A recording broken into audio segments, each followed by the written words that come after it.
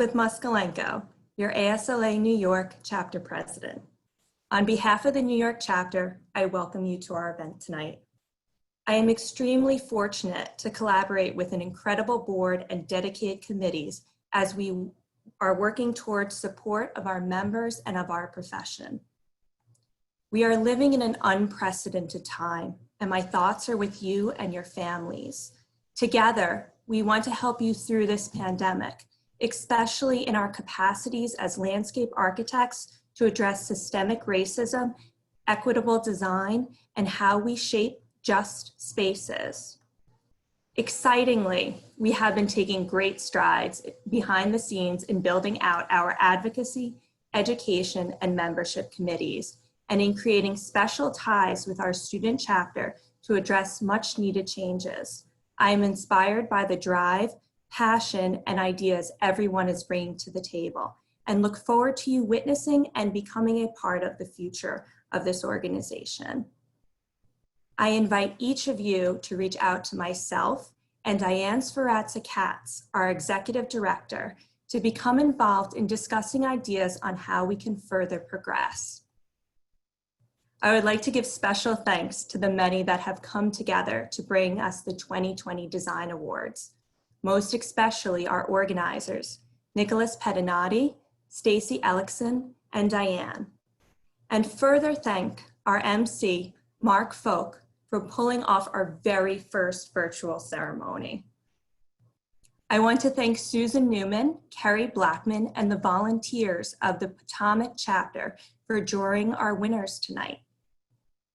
I want to thank the ASLA New York team for jurying the Potomac Awards, led by Nick and Stacy, with special thanks going out to the following individuals for volunteering their time as a jury. This was Joanna Pertz, Ray Shea, Simon David, Jackie Martinez, Sarah Bray, Adam Molinsky, Wendy Andringa, Amy Sommer, Neil Gagliardi, Frank Mruck, and Max Piana. Thank you.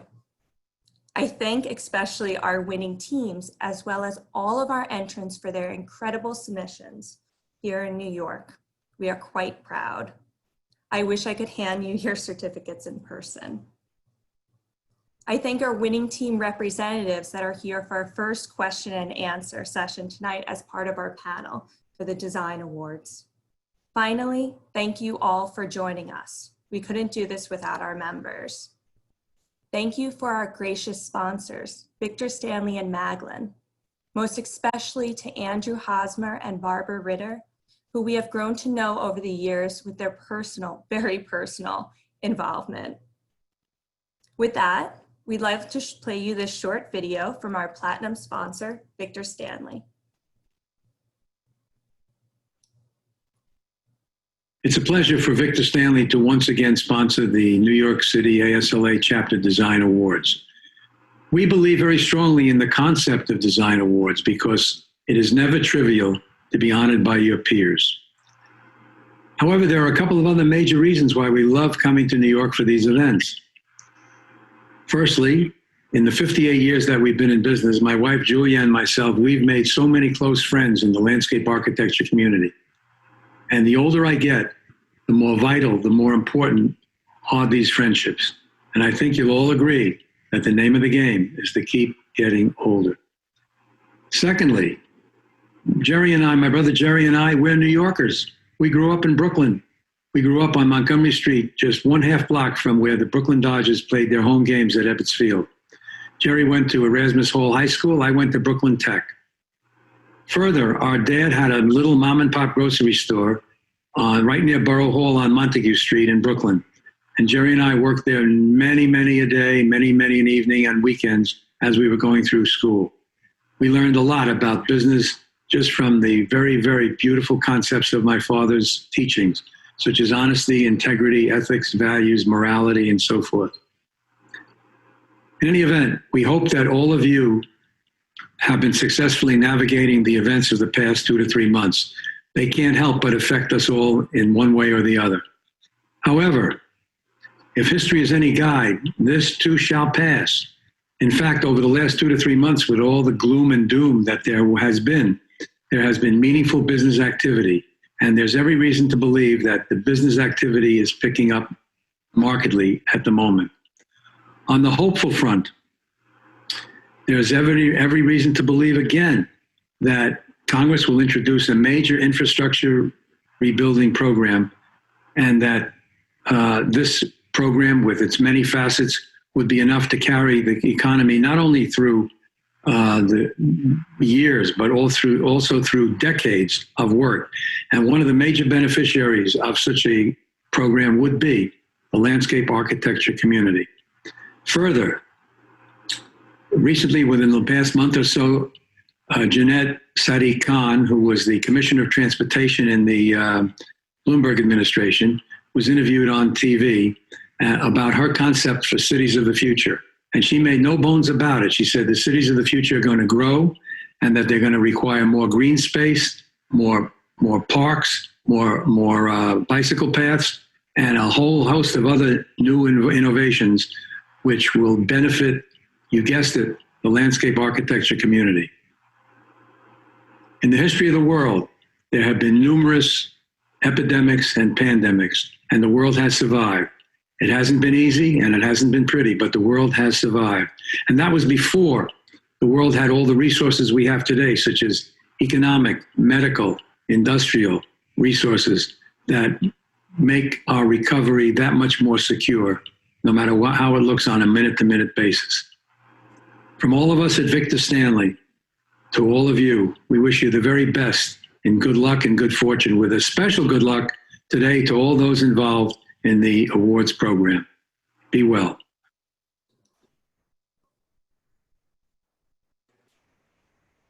Thank you, Stan, for your continued support and optimism at a time when we all need it. We are sorry we cannot see you in person. Your dad jokes have always been a personal favorite of mine.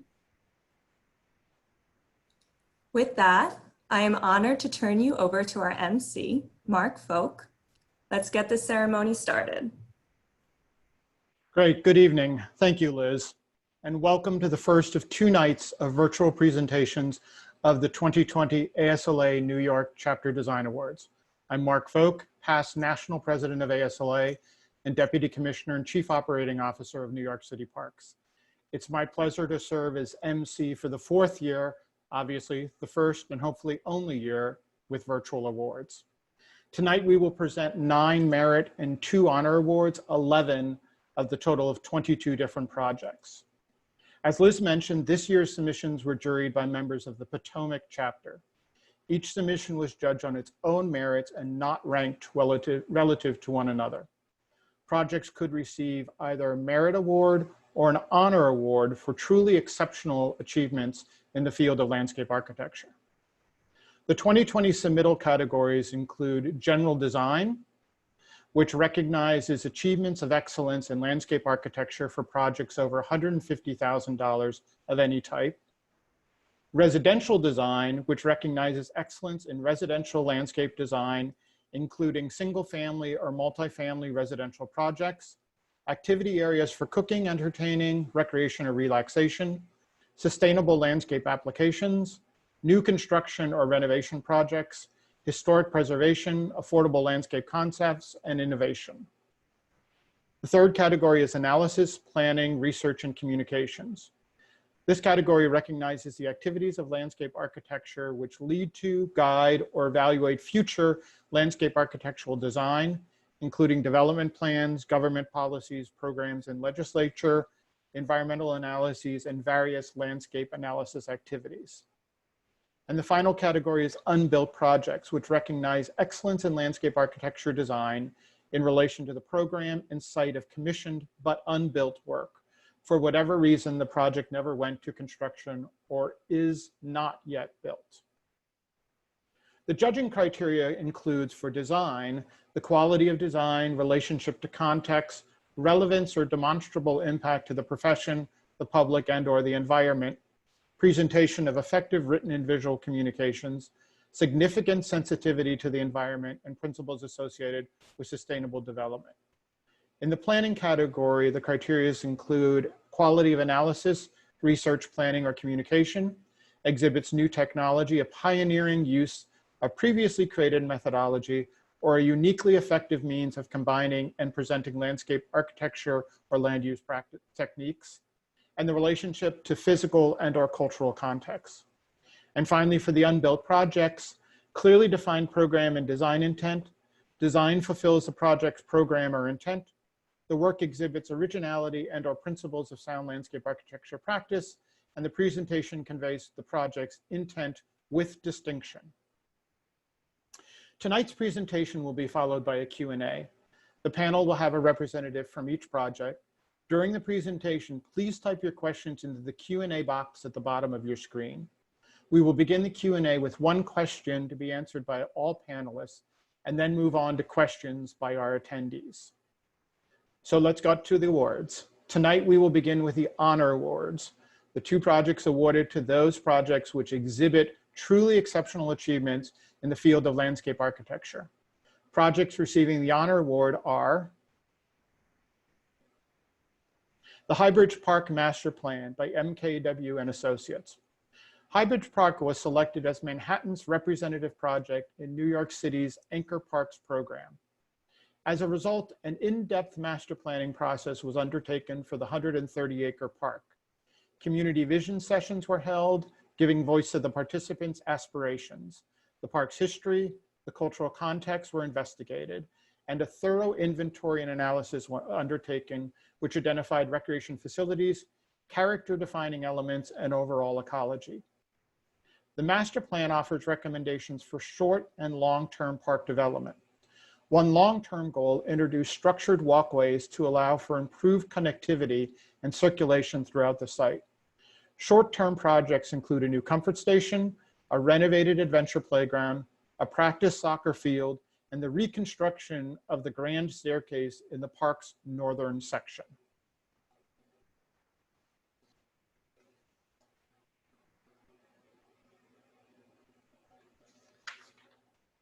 The next project is St. Augustine Terrace by Terrain NYC Landscape Architecture. The landscape design for the St. Augustine Terrace aimed to reveal the site's natural and cultural history. The site of the former St. Augustine Roman Catholic Church, constructed in 1894 and demolished in 2013, posed significant cultural and topographic challenges. Effort was made by the design team to incorporate artifacts from the church, including the bell and foundation stone. Additionally, following demolition of the church, bedrock was discovered. The design team encouraged ownership to celebrate this geological discovery rather than remove it, resulting in a dramatic entry experience. The result is a handsome building perched on a hill, surrounded by lush pockets of plantings, an overlook with dramatic views of the sunset, and private areas for reflection and respite.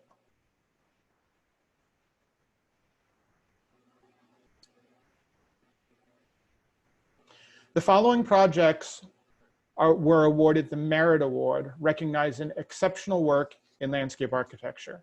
And the first Merit Award is presented to A Vision for a Resilient East Harlem by Starr, Whitehouse. The project studied integrated solutions to make parks and public spaces high performance and multifunctional in support of climate and social resiliency. Anchored in the East Harlem community through an innovative partnership with a local charter school, the interdisciplinary design team collaborated with city agencies, neighborhood institutions, and community stakeholders to identify strategies for waterfront access, stormwater management, and social infrastructure. Overall, the vision features 3 themes for improving parks and strengthening social networks through climate resiliency, managing stormwater, creating resilient public spaces, and adapting the waterfront.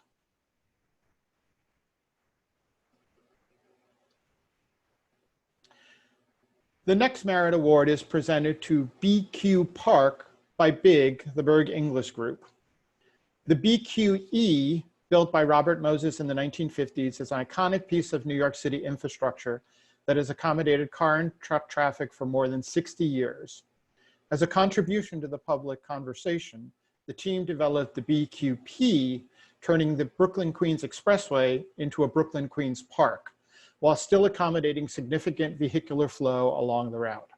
The BQP provides a platform for adding significant new parkland along an underused corridor, while connecting Brooklyn Heights to Brooklyn Bridge Park and a preserved or reconstructed cliffside, crisscrossed by ramps, greenery, and park amenities. Local park access is accommodated on meandering parkway, while space is created for a potential public transit corridor. The proposal extends south to Atlantic Avenue, where it creates a new crossing and urban nexus, and the beginning of a linear park which could eventually connect Dumbo to Red Hook.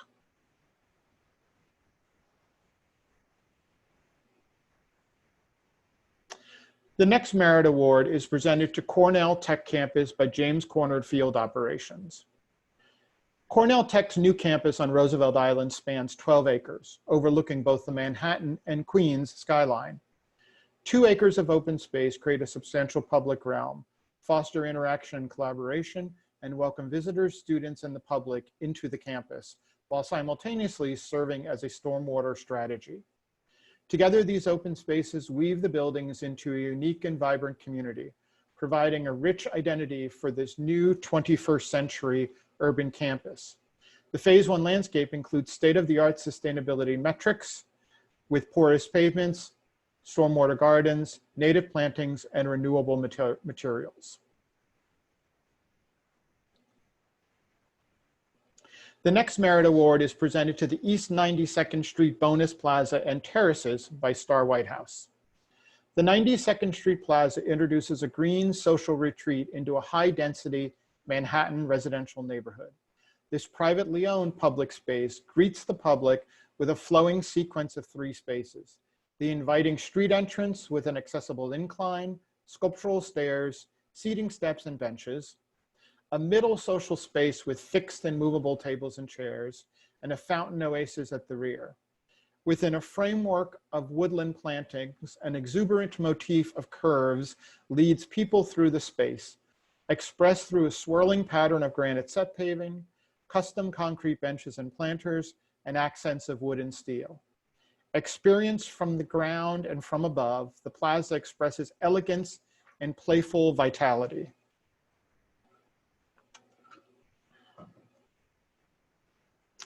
The next Merit Award goes to the Eastlake Residence by LaGuardia Design Group. An intrinsic connection and respect for nature defines the Eastlake Residence.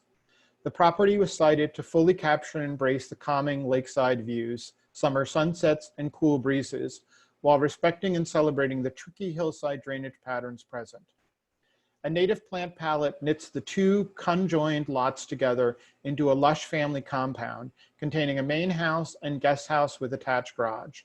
Honoring the hillside drainage requirements, a dry stream bed dotted with grasses, sedges, and iris meanders down the middle of the property, creating a functional solution to runoff while filtering and slowing contaminants well before entering the lake. An existing old bur oak was carefully protected during construction. The large tree anchors the main house while providing a majestic space for gathering, bird watching, and viewing sunsets over the tidal lake.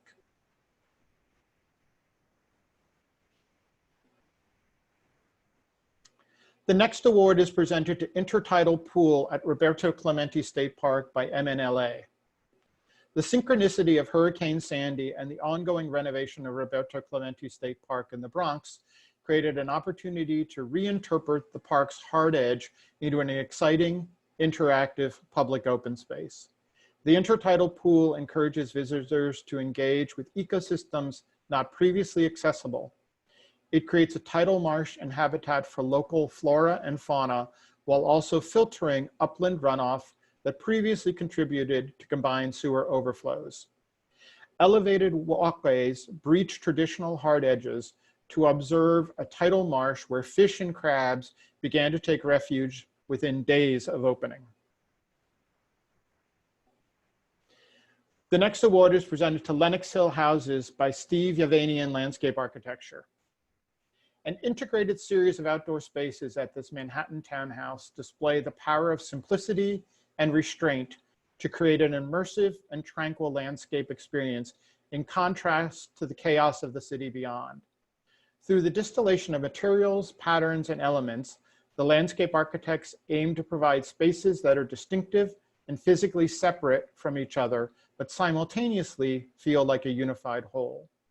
This level of simplicity, while overlooked as a strategy in favor of something more complex, helps to minimize distraction and therefore increase the home's sense of calm and refuge.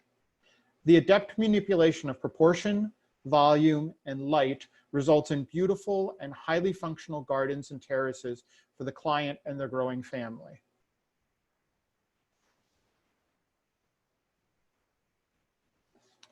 Midtown Center Plaza by Scape. Midtown Center Plaza activates the urban fabric of downtown Washington, D.C., introducing a 15,000 square foot public plaza and crosswalk connection into the dense and built-up environment of Center City. Diagonal paths recall the L'Enfant plan for the city, pulling visitors into the central plaza along direct pedestrian routes. Inside the plaza, sculptural forms engage with the diagonals amid a grove of willow oaks and native shrubs. A sunken granite fountain creates a cooling and immersive entrance to the building lobby on L Street, reflecting light from the patterned soffit above. While seen from the roof terrace, the plaza and paths reflect the radiating urban geometry of Washington, D.C. in miniature.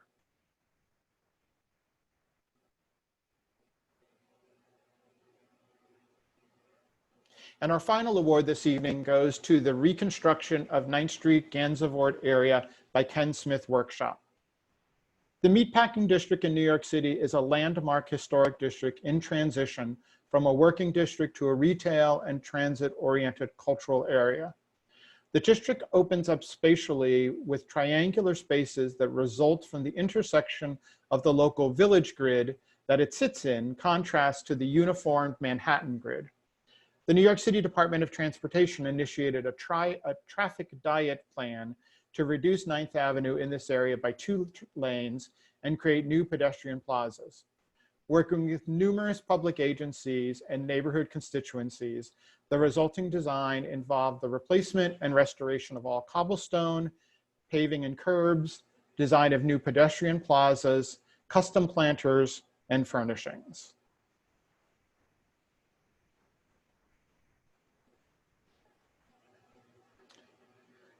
This concludes the first 11 of the 22 award-winning projects. Let's all give the winners a virtual round of applause.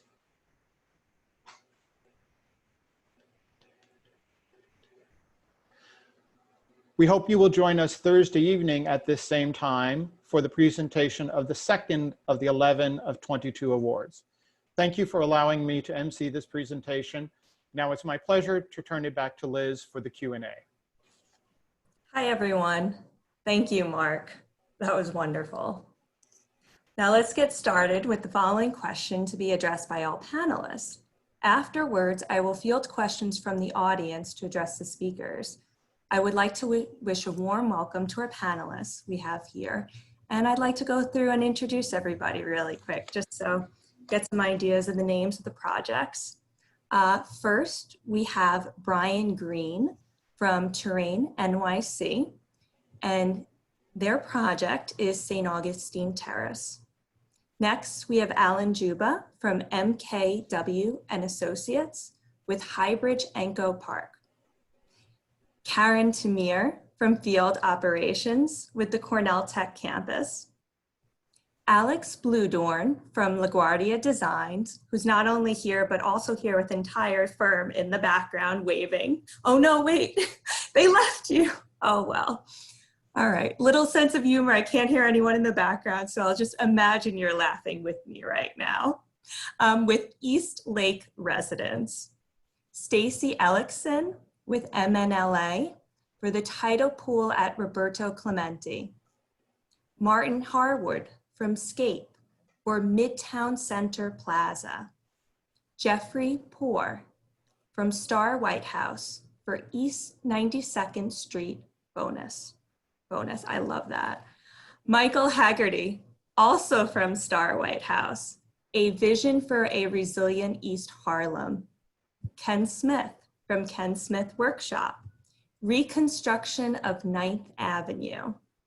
Autumn Visconti from Big with BQ Park. And Stephen I'm going to try this, and then everyone else can pronounce my name too. Stephen Yavanian. Yavanian? With Stephen Yavanian for Lenox Hill House. Thank you. And to start off, our first guinea pig tonight, our first panelist speaking tonight will be Alan Juba with Highbridge Anchor Park. Thank you. Alan? Oh, and I guess I'll ask the question. Please. Actually, one of my favorite types of questions too, because it gets into the challenges and the lessons learned of the project. And I'll repeat this question a couple of times throughout if I remember, but please stop me if I don't. So for you, what was one of the more challenging aspects of your design or process, and how did you address it? Thank you. Thank you, Liz. Thanks for that question, and thanks for guiding us through this also.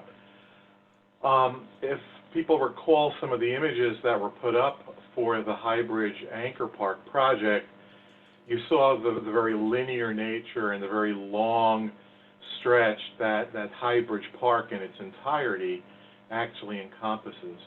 And I think probably the biggest challenge for us as we were developing the master plan for the project was to get some sense of continuity or connection throughout the entire length of the park. It's really, really a wonderful park, but over the years, it has been bisected by the Cross Bronx Expressway, other sort of expressways that have sort of cut it into various pieces. It's very much a park that developed because of the steepness of its topography. It really wasn't good. It wasn't amenable for housing or other buildings to be put on it. And of course, it is sort of the western portion of the High Bridge project itself that connects Manhattan with the Bronx. So that continuity in the master plan was allowed to be expressed in new walkways, but also in areas where there was too great a degree of topography in structured walkways, as was the description of the project. So areas that had pedestrian bridges, for example, that allowed this continuity to happen from the southern part of the park down in 155th Street all the way up to its northern terminus. But I think we're really, really happy with the way in which the master plan has developed. There are a couple of projects under construction right now, nearing the end of their construction, and would love to see additional projects come out of the master plan effort that we put forward. Thank you, Alan. Okay, thank you. Karen, I'd love to call on you next for the Cornell Tech Campus. All right. Hello, Hi. everybody. This is a little bit of a virtual Russian roulette, how I'm calling on right now. But Karen, please go ahead. All right, great. It's an honor to be here. Thank you all. Thanks for presenting our project so well. And beautiful projects, everybody. Congratulations. So Cornell had many challenges, as most of our projects do.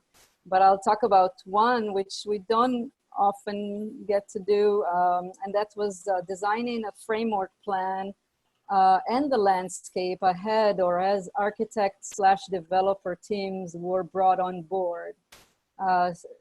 Cornell wanted to leave as much flexibility to the architects to create whatever beautiful buildings they wanted to, and the landscape goal was to be the glue that holds the campus together. So in order to do it, we needed the building, but we didn't have the architects or the developers yet as part of the team. So at first, our framework plan was this organized, diagonally orthogonal plan. And the first architect team that was brought on board was Tom Main from Morphosis. And immediately we realized that this orthogonal plan is not going to work. So we had to change it. We changed it to these loosely organized arcs, if you will. It's a kind of a web that also organized the campus in multiple ways. The sustainability story, there's a kind of a north-south ridge that goes along the campus that is part of the resiliency portion of the project. But the main thing was that these arcs became these loose parcels for each architect's developer team as they came on board. So it left them a kind of a amorphous space to work in and to create whatever shape building they wanted to. And as they were brought on, we would collaborate with them all the way to the building. So at one point we had up to 5 or 6 architect teams that we coordinated with. I would say that was one of the interesting challenges on this project. You know, that's it. Thank you. Wow. I don't know how I could ever coordinate with 5 or 6 architects at the same time. It's quite a different challenge. Thank you. Stephen, you're up next for the Lenox Hill House. Could you give us an example of one of your challenges and how it was resolved? Sure. Congratulations to everyone. It's great to be here. So our project was a bit different. The contractual setup was somewhat atypical than usual for us. We served as the contractor subconsultant to design and detail all the outdoor spaces. So they were the conduit to the client and we were brought in on board through them. So it functioned a bit more as a design build approach than usual. And the contractor was the primary point person with the client. So we had somewhat limited interaction with the clients. We only met with them twice, which is far from ideal. Has its advantages too, in some ways. And then we also just had a bit less control of the design process than usual. So in terms of how we addressed it, we just had to put a lot of trust in our relationship with that particular contractor we have years of experience working with. And we just made sure we kept pestering them so that we remained involved with all the key decisions at every point, both in terms of the design process and the construction itself. And for the most part, with a few exceptions, it worked out. We also just needed, since we did have limited interaction with the clients early on, we just had to make sure that it was hyper-functional and durable, and that there really wouldn't be too many issues down the line with them. And yeah, worked out. Thanks. Wow, thank you. Yet another perspective that we have. We have so many different possibilities of what we can do as landscape architects and how we bring a project into fruition.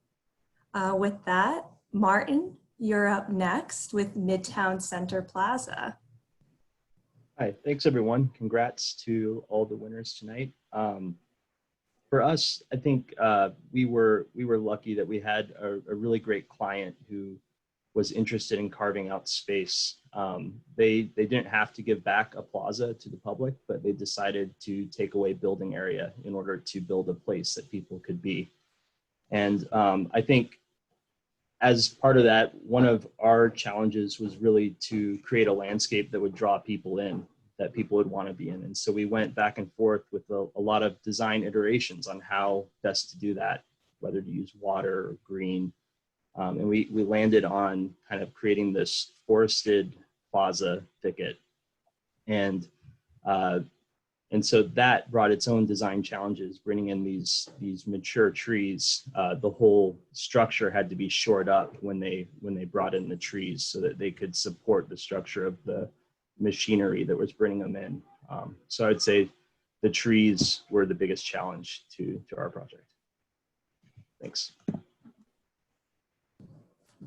I love trees so much, so I can't really say too much of that. That's wonderful, but also incredible. Next, we have Brian Green from Terrain NYC for St. Augustine Terrace. Everyone, and thank you all, and congrats to all.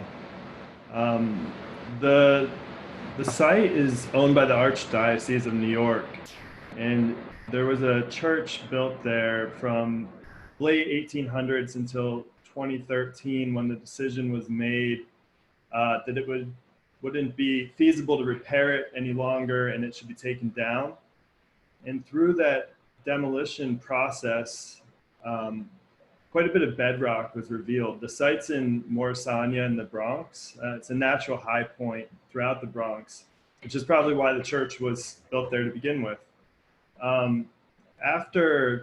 After demolition, and when both the architect and landscape architecture teams visited the site, I mean, it's very apparent that the bedrock was special, and we should make an effort to honor this both geological and cultural history of the site, given it was a church. So I think by far the greatest challenge was convincing ownership and contractor to preserve the bedrock, build around it, to site the building as they did. It's affordable housing, so of course budget was a big concern. But in the end, we were successful, and I think keeping the bedrock in place in the front of the building really informed the architecture and the landscape, and it went from there. Thank you. It looks incredible, and I'd love to visit the site myself, and just incorporating what already was naturally there and how the building was built. Thank you.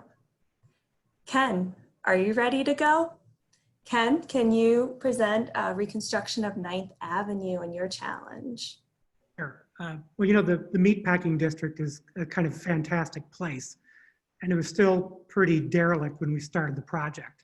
But I think the biggest challenge was that there were just a lot of constituents in the project, a lot of agencies, Landmarks Commission, stakeholders.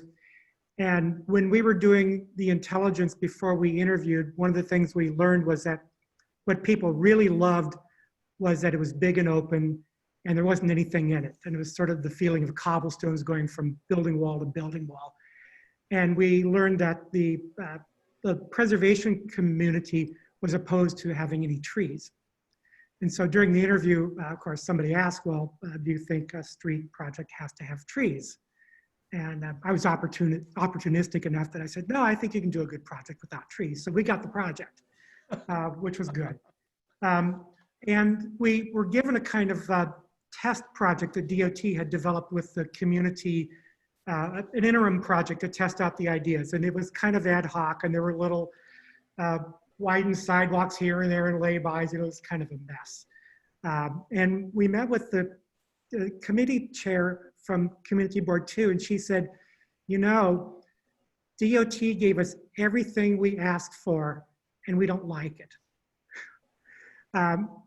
They really wanted something more than everything they asked for. And so I argued for taking all the public space that we're going to create by getting rid of 2 traffic lanes and the rebalancing of the street. And I argued for distributing them asymmetrically, not dividing them half and half on each side of the street, but putting them all on one side of the street to create a really broad pedestrian plaza that connected the 2 triangles. So that was the biggest, I think, thing we did there, was to think strategically in terms of how to use the space. I think that's an incredible opportunity too, to have a trial test run of your client's ideas. I don't know how often that really gets to happen. And also, yeah, great opportunity. Thank you, Ken. Jeffrey Poor, can you tell us about, oh, yes, the East 92nd Street bonus? So actually, it's a bonus plaza, but oh, I was wondering what was after that. Excuse me. The bonus plaza. Can you also just quickly tell me why it's a bonus? Just give me 1 second. I got it. Absolutely. There we go. Well, it's a bonus plaza because it's as part of the city planning guidelines, or the zoning guidelines. If you provide a public amenity like a bonus plaza, you get to build some percentage. There's a formula buried somewhere in the zoning books, some percentage more than you would normally be able to build. So it's can be very valuable for a developer. And certainly our goal was to both meet the city planning guidelines that bear only a little, sometimes only a little relationship to reality, but to really provide a bonus plaza for the public. And interestingly enough, one of the early sort of early story involved in this project, and I know that we probably all started with a sketch and been enamored of that sketch and the vitality and the kind of the appropriateness of it. and the life of it. And that often it's very difficult to maintain that through this process, through the design process. And so in particular in this plaza, we have a very sort of, as the description said, an exuberant plan, but it had to deal with the constraints that one always runs into. But in particular, a kind of a very rigid subsurface structural landscape. So it was very difficult to maintain the vitality of the original sketch. And the way that primarily that we did that was to start at the detail level and construct the plaza from the tiniest and most incremental element up to the larger elements like the fountain and the planters. So that was the challenge and actually the sort of the joy of that project. Thank you, and thank you for correcting me. It's very interesting to work backwards from the details and thinking about it to the final project. Thank you. Alex from LaGuardia, you're up next. I see a few more are running behind you to join you. And Alex, I've got a whole team behind me. if you could talk a little bit about the challenges from the East Lake residents for me. Sure, and congrats to all the winners, and thank you for putting this together. So the East Lake residence is a residential property that's located on a water body that's seen some pollution and water quality issues in recent years. So one of the challenges that we came across right from the start, from the analysis phase, was having a drainage swale running right down the center of the project site. So working with the architects, we were able to, rather than set a house directly in the center of the property, advocate for splitting into two separate volumes, the main house and the guest house, and keep that swale running through the center because it served some of the drainage and watersheds from higher up the slope. So having the separate volumes allowed us to create a lush kind of corridor that we were able to bring in new native plants and washed river stones and some even boulders that we reclaimed on site, all in the effort to help the water body as best we could, filtering runoff and debris. So one of the initial challenges in presenting those concepts to the clients was their understanding of what native plants were. They didn't really have a full grasp on what they could be. So we, tooth and nail went through a lot of imagery and presented all the benefits that using those plants along the swale would mean for the habitat and for the greater water community that they lived on, and they really appreciated that. So from our standpoint, I think we ended up taking that that challenge and really creating an opportunity out of it that tied the whole property together. Thank you, Alex, and thank you on educating our clients too to the importance of these native habitats that we can bring. And I think I have a personal question that might be something a wider audience is watching too, but is that guest house available right now? And can I find it on Airbnb? Let me find out and get back to you. Thanks, Alex. We'll follow up. Autumn, you're up next to talk about BQ Park, please. Great. Hi, thank you so much, and congrats to everyone. It's an amazing opportunity to share this with you all.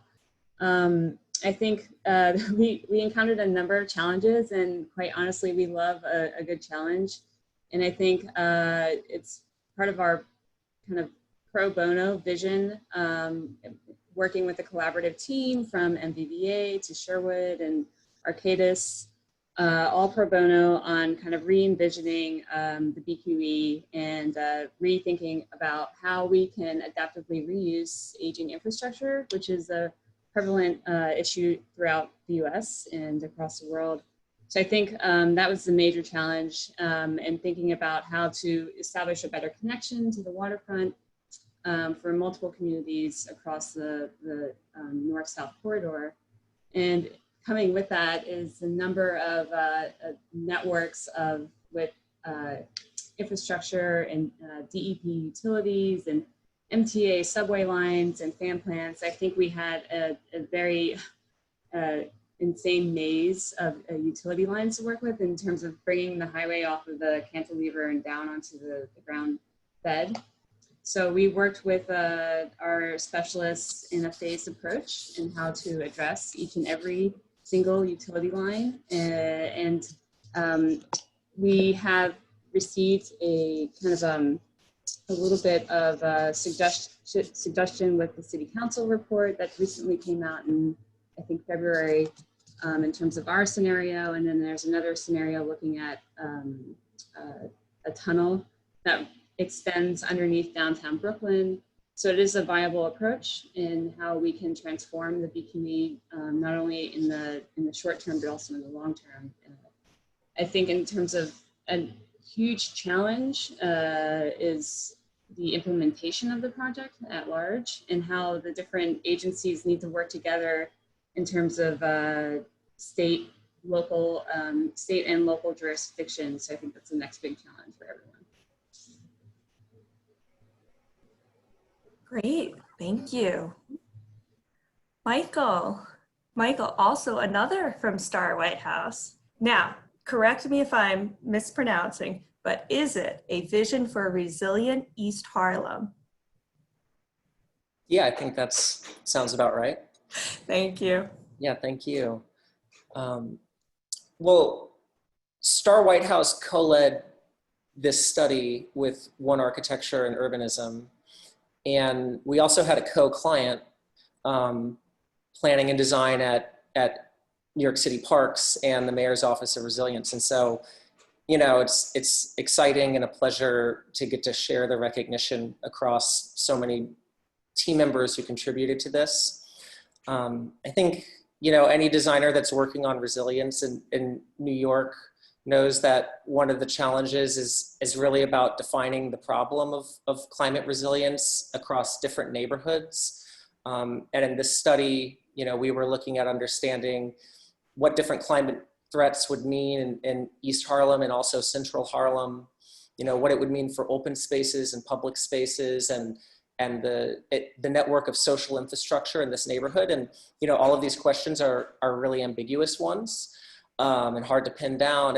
And I think one of the ways we tried to address that ambiguity was really to anchor ourselves in this neighborhood through a partnership with a school called Dream. And Dream, as the outreach partner, really served as the kind of reality check for our planning study. You know, their model is really about involving the entire family of a student in the student's education. And as a result, they just have incredibly deep relationships with families in the neighborhood. And so, you know, as we worked, they were a kind of feedback loop. You know, we could go to Dream and ask, you know, like, what if this happened? What would it mean? What if we tried to do this with a playground? What would people think about that?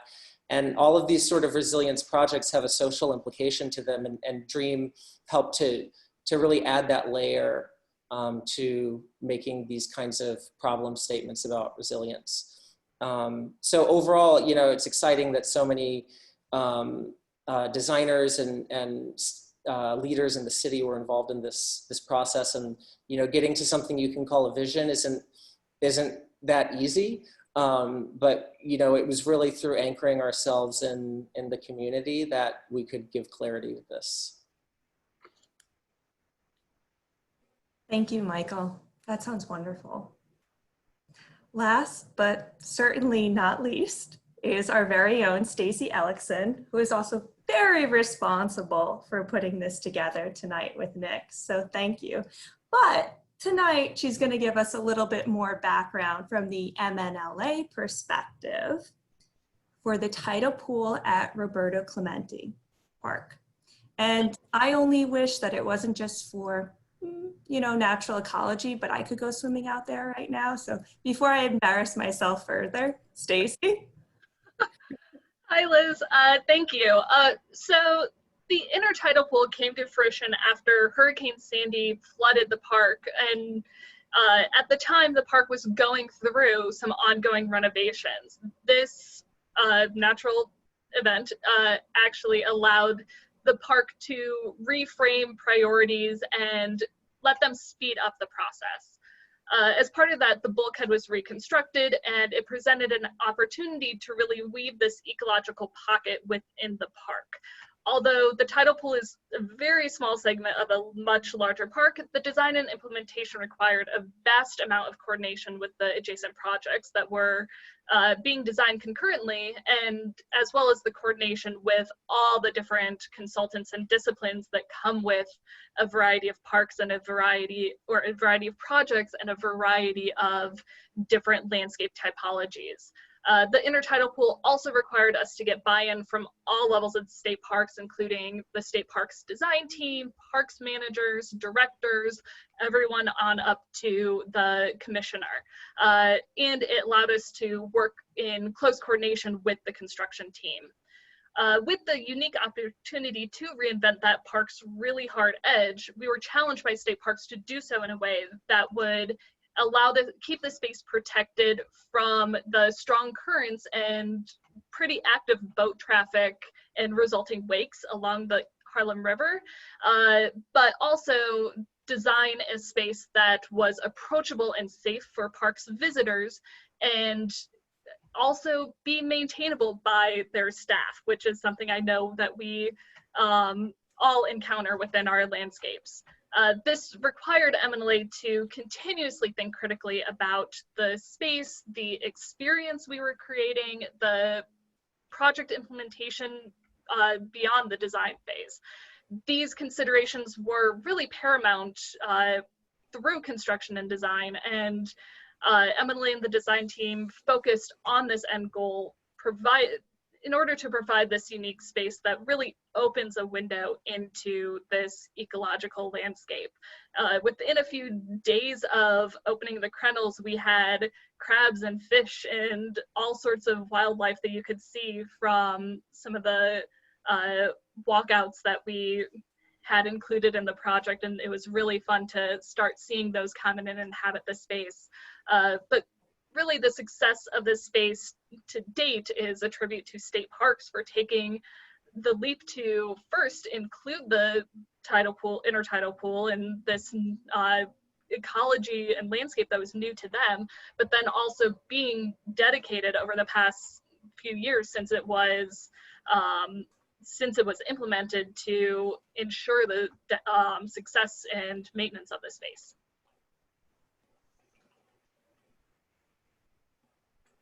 Wow, thank you, Stacy. And your projects also hit very close to home in the type of work that I do as well. So we'll have to talk after this, after I have the conversation about the guest house. With that, we actually have gotten through our first question. And if anyone that is watching today would like to send a question to the chat or the Q&A, and I can begin to field some questions. We have asked the panelists to be here till about 7:30, but if we notice you're all getting tired, then we'll cut it a little bit shorter.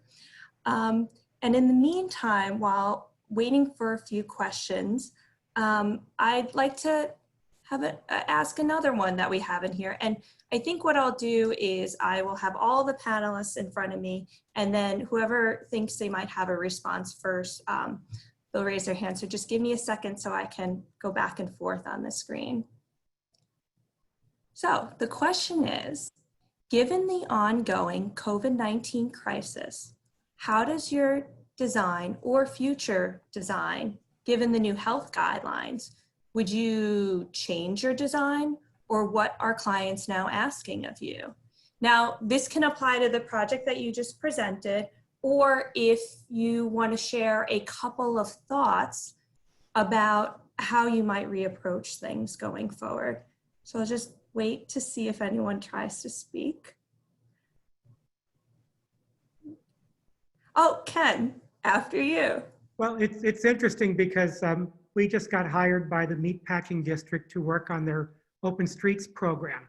So we're working right now on a on interim measures that would be installed in August as a trial program to evaluate to see how they could actually close down streets but still provide for services and safety and security.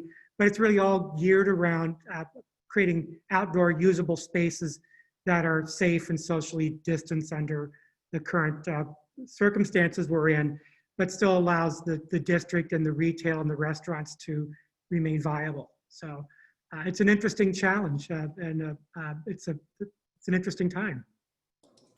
Any strategies you might share with us? Would you do this maybe through a removable bollard?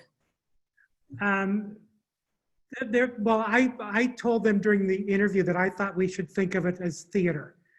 We should think about it like the Metropolitan Opera, where everything is movable, and between scenes, things move around and sets up a new scene. And we should think of the district that way. So everything is really going to be portable and movable and flexible and reprogrammable.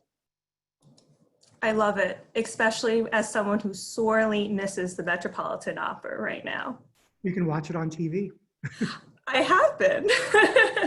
And thank you for plugging that as well. That's fantastic. Anyone else want to take a stab? Oh, Autumn, please. Sorry, it took me a minute to unmute. Hi, so to the COVID response, I think at large, we are all, thinking about how we can kind of reclaim our city streets and use that as a way to expand on our open space network. Particularly for our project, I think it was a great opportunity to really begin, setting the motion in that kind of forward-thinking approach in our infrastructure and really expanding on that notion of creating more green space and usable park space with our old kind of road beds. So I think it's an interesting challenge to think of at a much larger scale.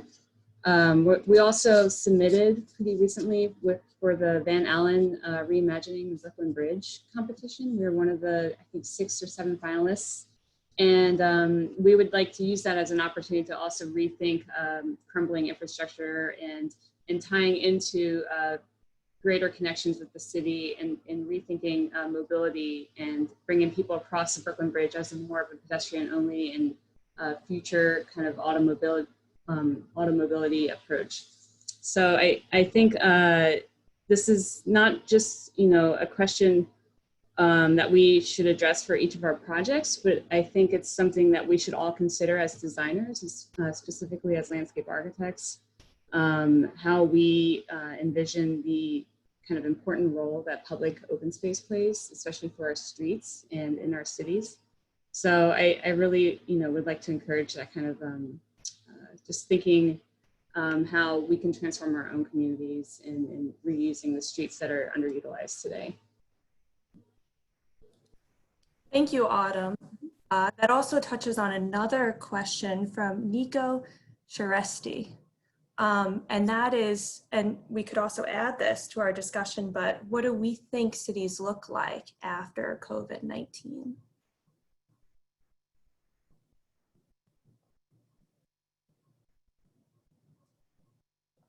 Anyone? Let's see. From the group, does anyone else want to submit an additional question to our panelists? Do any of our panelists have, oh, Ken, maybe I would say that they'd like to add. In a post-COVID, I think the city should be full of people again. I mean, cities are our natural habitat, and to have cities without people is just kind of strange. And so I think we should remain committed to cities, and we should be committed to the social space of cities, because that's what cities are. And so I think we have to remain optimistic that we'll get through this, and the cities will survive, and they'll be as vibrant as they've ever been. Yeah, I can add some thoughts to that. My background is actually in architecture and urban planning, and so I'm somewhat of a participant observer of landscape architecture and have really felt that way during the pandemic. One thing I've been thinking about a lot is how our relationship to parks in the city will change, and how we may come to see parks less as places about amenities and programs and activities, and more as places that are about people. And just as an example, I live in Fort Greene and have spent nearly every day of the last 3 months in Fort Greene Park. And one of the really remarkable things about that park is the staff. The enforcement officers, the school enforcement that were there handing out masks, the maintenance people, as well as the Friends of group and volunteers. And they've just been an amazing resource to talk to, like an ear for my children who need people to talk to in this time when they're not seeing as many people. And I hope this experience will encourage us to think a little bit more about how we invest in the people that manage our parks and provide that public face for these assets in the city.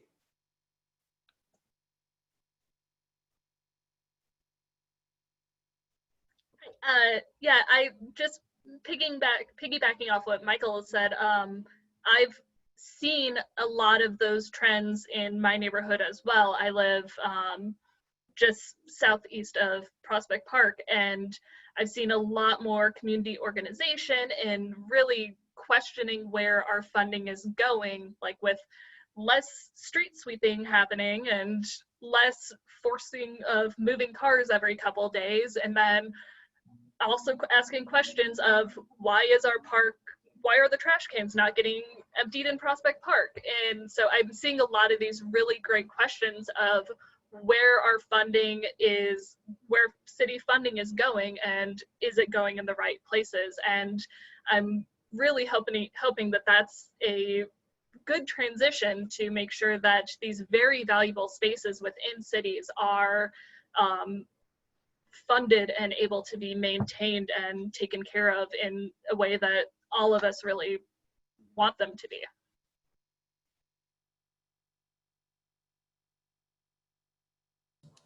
Autumn, were you also trying to say something earlier too?